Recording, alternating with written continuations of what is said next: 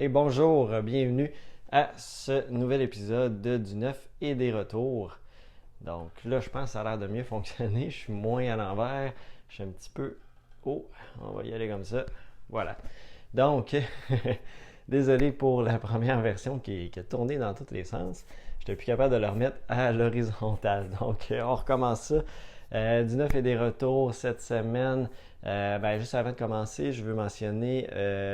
que j'ai d'aller vous joindre au Discord si ça vous intéresse, de venir jaser le jeu Discord de ma chaîne Board Game Québec, qui est donc disponible dans la description de la vidéo. Vous allez pouvoir retrouver ça juste en dessous ici pour venir jaser du jeu. Si vous avez des questions aussi sur des jeux à venir, c'est la place pour le faire. Alors, premier jeu à présenter, Flurry Ferris. Flurry Ferris, c'est un jeu en anglais, uniquement pour l'instant, qui est un jeu de collection d'ensemble, de collection de fleurs, dans lequel on va aller chercher aussi des objectifs dans la partie qui vont nous permettre de faire des points. Donc, chaque partie va être différente puisqu'on va aller chercher des objectifs différents à chaque partie. Il va y avoir aussi des objectifs communs que tout le monde peut faire en même temps et qui vont être à chaque manche de jeu. C'est un jeu dans lequel on va avoir 4 rangées, 5 colonnes à chaque manche et on va aller chercher à tour de rôle une carte ou une carte d'objectif et manche suivante, on va aller chercher les prochaines, etc. dans les différentes colonnes. Un peu à la style qui me fait penser à King Domino, où on va chercher des tuiles aller-retour comme ça, toujours lui qui est le plus en bas qui choisit en dernier. Donc c'est un peu le même principe qu'on retrouve ici dans Flurry Ferris. Donc c'est un jeu de 1 à 4 joueurs, 20 minutes par partie. 14 ans et plus, donc c'est en anglais une nouveauté. On a aussi la nouvelle extension Star Wars Outer Rim qui est revenue en version anglaise. La version française, je l'attends pour la fin du mois d'août. J'ai pas réussi à mettre la main dessus sur la première vague. Malheureusement, j'ai commandé trop tard, donc je l'ai juste en anglais pour l'instant. C'est Unfinished Business, donc l'extension pour Outer Rim. Vous pouvez d'ailleurs retrouver là, dans la description sur le site du produit, j'ai mis les liens vers les vidéos que Martin et Stéphane ont fait lors de leurs 12 heures là, de la zone de jeux de société. Donc vous allez pouvoir voir avec l'extension qu'est-ce que ça donne aussi Star Wars Outer Rim.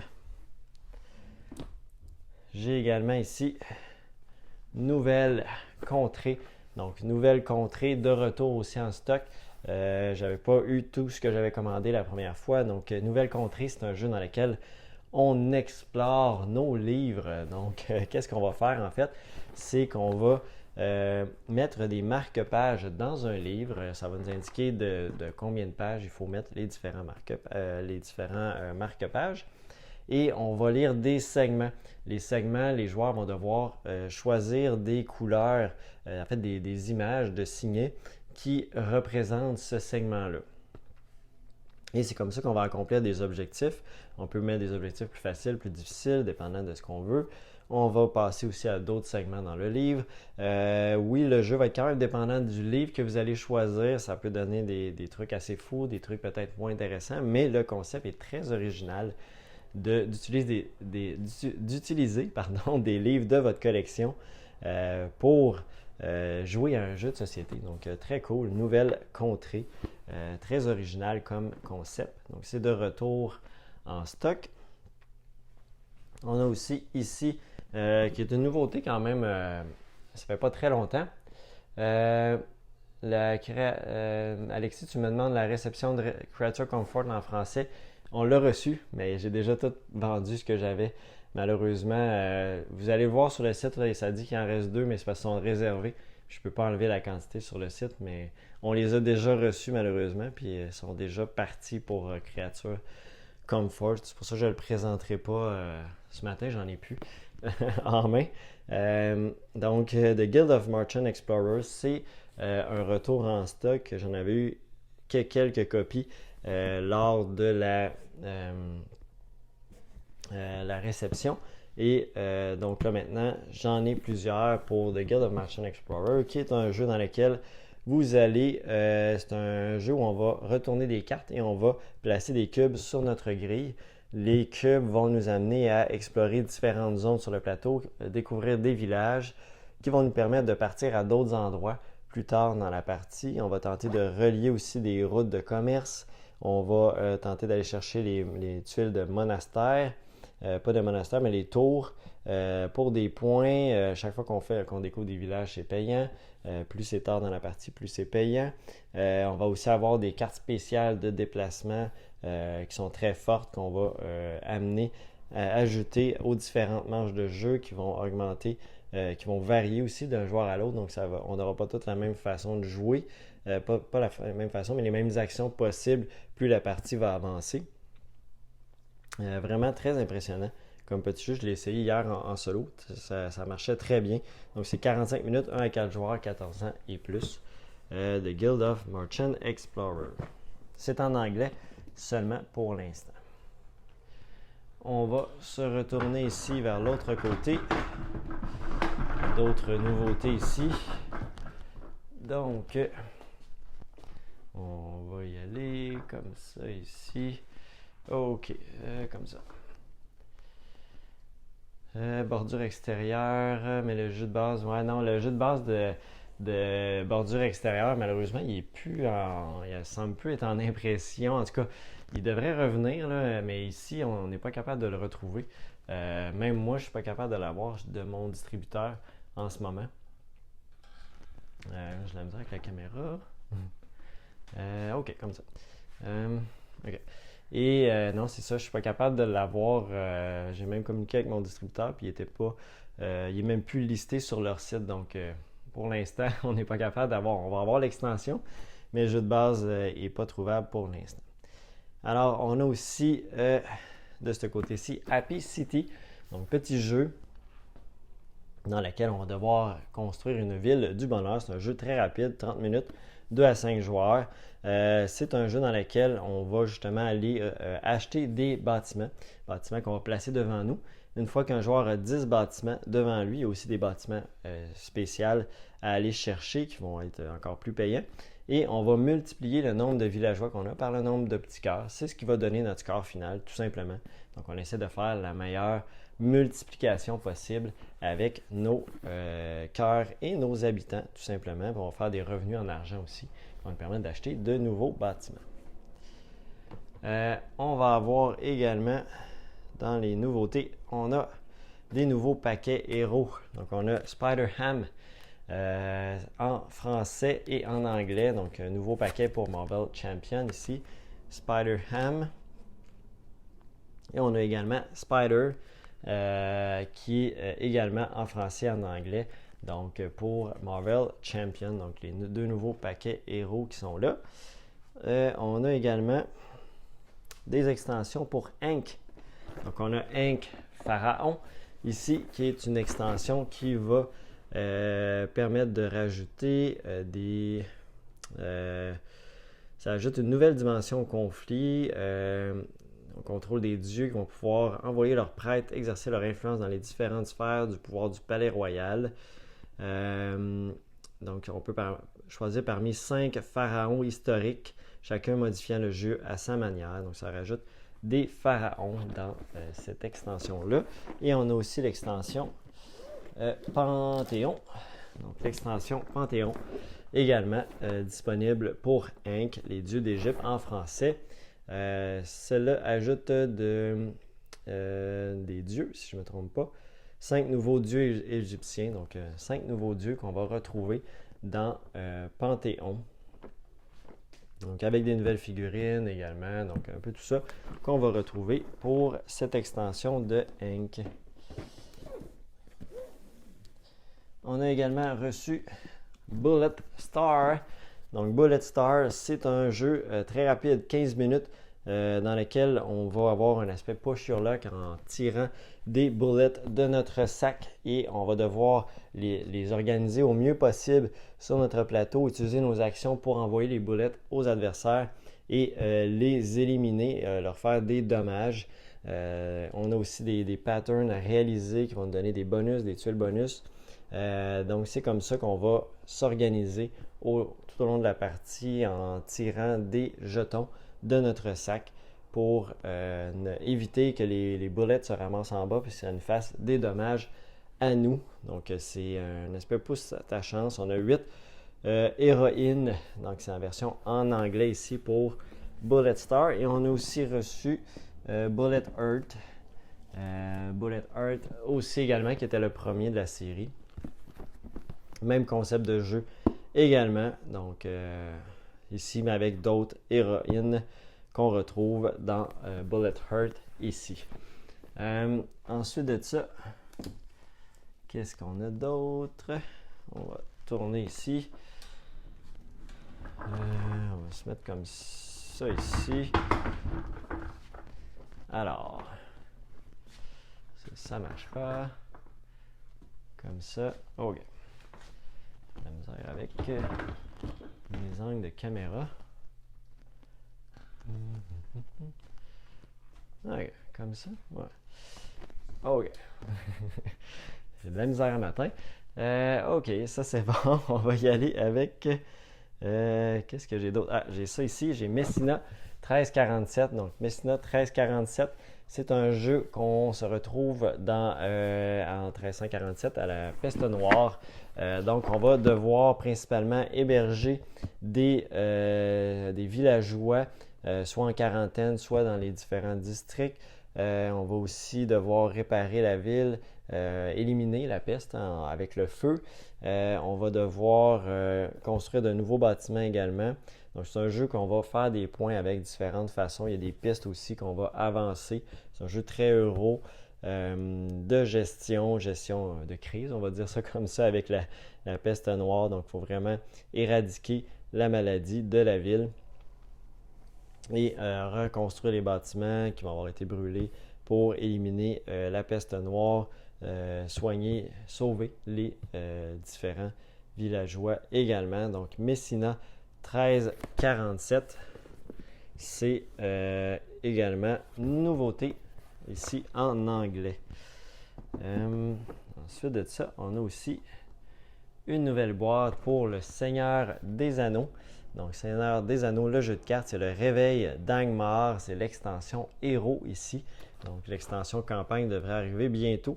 Mais ici, on a l'extension Héros, c'est 30 minutes par joueur, 1 à 4 joueurs, c'est coop. Le jeu de base, là, ici, c'est vraiment une extension qui rajoute 8 nouveaux héros. Donc, exactement. Donc, 8 héros. Propose les 8 héros et toutes les cartes joueurs précédemment publiées dans l'extension Les Royaumes perdus et dans le cycle Le Réveil d'Angmar, qui étaient les anciennes versions là, de ces jeux-là. Et on va retourner ici, comme ça. Oh oui. Ensuite de ça, ici, on retrouve Exit Lord of the Ring. Donc, c'est la version, on est encore là dans le Seigneur des Anneaux. C'est la version anglaise pour l'instant, Shadow over the Middle-earth. Ça va arriver en français éventuellement un petit peu plus tard cette année. C'est catégorisé 2 sur 5 là, comme niveau de difficulté. Donc, c'est vraiment un escape game, mais dans l'univers du Seigneur des Anneaux. Et on va avoir aussi une autre extension ici pour Aeon Zen. C'est Aeon Zen The Runes. Donc, qui rajoute ici des nouvelles cartes. Je ne suis pas allé assez dans le détail sur celle-là. Mais ça ne dit pas tant que ça qu'est-ce que ça rajoute comme contenu, malheureusement.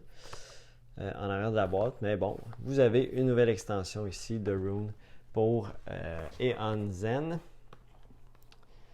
On a également le paquet ici CGG Solo System. En fait, c'est Card Driven Game Solo System. Donc, c'est un système solo qui peut être implémenté à 7 jeux de GMT. Donc, Path of Glory, Commands and Colors Ancient, Commands and Colors Samurai Battle, Washington, César, Rome versus Gold, puis là ici je ne l'ai pas, plus que ça, il est trop coupé. C'est For l'American Civil War. Je me souviens pas du titre exact, mais bon, ça rajoute un système solo pour 7 jeux de GMT qui sont des card-driven games.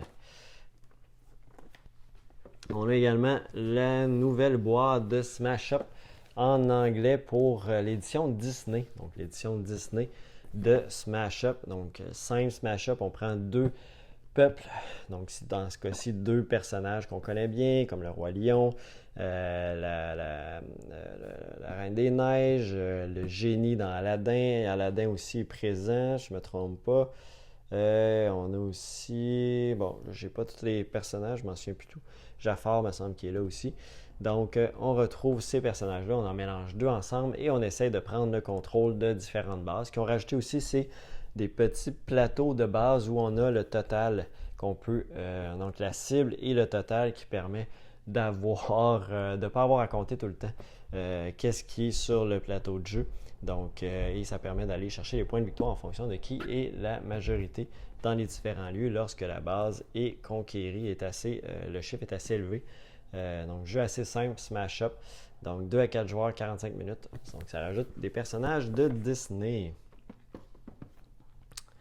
On retrouve également une dernière, en fait, c'est une deuxième édition pour l'extension Prospérité de Dominion. Donc, des nouvelles cartes, en fait, compatibles avec la deuxième édition du jeu en anglais, bien évidemment, pour Dominion. Donc, c'est l'extension Prospérité. Et dernier retour en stock, que malheureusement, j'ai pas eu tout ce que je voulais. Et j'ai eu 2 boîtes. Il y en a une qui devait déjà aller à quelqu'un. Et j'ai reçu une autre boîte de Ark Nova en anglais, mais elle a un petit dommage. Là, elle est renfoncée un petit peu à l'avant ici. C'est pas grand chose. Mais sachez qu'elle est toujours disponible. Donc, ceux qui sont à la recherche de Ark Nova en anglais, c'est ici. Je l'ai entre les mains. Elle est toujours disponible pour la vente. Donc, Ark Nova, peut-être l'expliquer. Hein? On dirait que j'ai tenu pour acquis que tout le monde connaissait bien Ark Nova, mais c'est un jeu dans lequel on va développer notre zoo. On va aller acheter, pas acheter, mais recruter des cartes qui sont des animaux qu'on va placer dans notre zoo. On va également aller chercher des sponsors, pour avoir des liens entre des zoos de différents pays, des attributs spéciaux avec les sponsors. Également, on va faire de la conservation en relâchant des animaux, en ayant des animaux de différents objectifs, donc plusieurs animaux de l'Afrique, peu importe, dépendant des objectifs qui sortent. C'est une mécanique d'action, on a 5 cartes d'action, on a choisi une des cartes en fonction de sa force, on va pouvoir appliquer son effet et on va pouvoir les améliorer aussi dans la partie. C'est une course dans laquelle il faut faire croiser notre piste de conservation avec notre piste de billets, tout simplement, mais c'est très très bien fait. Donc Ark Nova, c'est le jeu de l'heure, surtout. On en parle partout. Donc 1 à 4 joueurs, 14 ans et plus, 90 à 150 minutes. Donc c'est la boîte que j'ai pour l'instant en anglais. C'est ça, je vais en avoir d'autres aussi. Pas endommagé quand ça va revenir, j'imagine d'ici quelques mois, ça va assez vite pour les impressions. Et on va terminer ça avec la promotion de... je ne sais pas si on voit bien, ouais. On va y aller avec la promotion ici de la semaine. Donc, on retrouve dans la promotion cette semaine Tiny Acrobat. Tiny Acrobat, c'est un jeu. Je n'avais pas besoin de me pencher aussi bas. On va se mettre comme ça. Donc, Tiny Acrobat, c'est un jeu dans lequel on va faire des spectacles de meeples. Donc, on va devoir empiler des meeples pour avoir des applaudissements des autres joueurs. C'est comme ça qu'on va réussir à faire le plus de points possible, le plus d'applaudissements possible. Donc, c'est un jeu de dextérité. On a un certain temps pour faire qu'est-ce qu'on doit faire. Et il faut bien sûr ne pas que ça tombe. On va avoir différentes cartes qui vont nous dire qu'est-ce qu'il faut prendre comme objet et on essaie de réaliser un spectacle avec ça. Donc, c'est 8 ans et plus, 2 à 4 joueurs, c'est 20 minutes par partie. On a une petite musique d'ambiance aussi avec une application. Donc, c'est en spécial à 34 et 39 au lieu de 42,99. Et on a aussi Flourish. Donc Flourish, c'est un jeu dans lequel on va faire un jardin de fleurs. Pas nécessairement un jardin, mais une espèce d'environnement de fleurs, de plantes, etc. C'est un jeu dans lequel on va placer des cartes. En fait, on va choisir une carte, on va donner les deux autres aux autres joueurs. Les joueurs à notre gauche et droite vont nous donner aussi chacun une carte. Donc, on va toujours avoir 3 cartes en main. Et on va placer des cartes comme ça. On va tenter de faire des regroupements de différents symboles avec des objectifs de points en haut des cartes. On a aussi des objectifs de fin de partie également. On va faire comme ça 4 rangées tout au long de la partie. Les symboles vont compter pour tous les objectifs, mais pas les objectifs de haut de carte. C'est seulement pour la rangée en cours. Donc, il y a toutes sortes de placements à faire. Et donc, on va continuer comme ça tout au long de la partie jusqu'à temps de faire les 4 lignes et on va faire nos objectifs de fin de partie à la suite. C'est 1 à 7 joueurs, donc il y a quand même un grand nombre de joueurs. C'est rare qu'on a des jeux qui se rendent, des jeux stratégiques qui se rendent jusqu'à 7 joueurs, 45 minutes, 8 ans et plus. C'est en spécial à 52,79 au lieu de 65,99. Alors, c'est ce qui conclut cet épisode de Du Neuf et des Retours en ce 16 juillet 2022. Donc, je vous remercie beaucoup d'avoir été là, à ceux qui étaient en direct, à ceux qui écoutent par la suite sur YouTube. Désolé pour la première version qui est supprimée. Elle n'est pas supposée apparaître sur Facebook où la caméra était toute à l'envers. Donc, désolé pour ça si ça avait été là. Et sur ça, on va se revoir la semaine prochaine pour un autre Du Neuf et des Retours. Encore une fois, s'il fait beau il fait beau en fin de semaine, quartier piéton, donc venez vous promener dans le coin et faire un petit tour à la boutique en même temps. S'il y a des courageux aussi, je peux mettre une table aussi sur mon petit balcon extérieur pour jouer à l'extérieur. C'est en plein soleil, par contre, ça peut être quand même chaud en fin d'après-midi.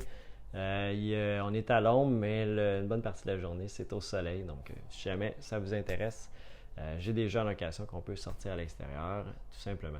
Donc, merci beaucoup et on se revoit la semaine prochaine. Bye bye.